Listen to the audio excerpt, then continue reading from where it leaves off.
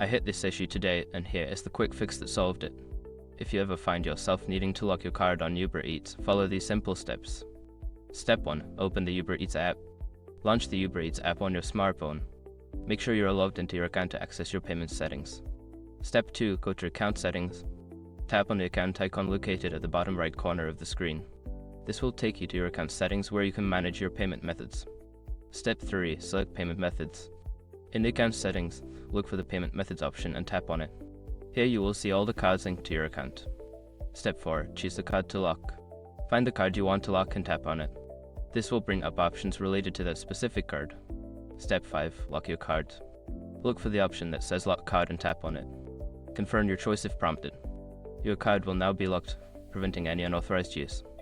Just a heads up, if you don't see the lock option, make sure your app is updated to the latest version. Happy ordering!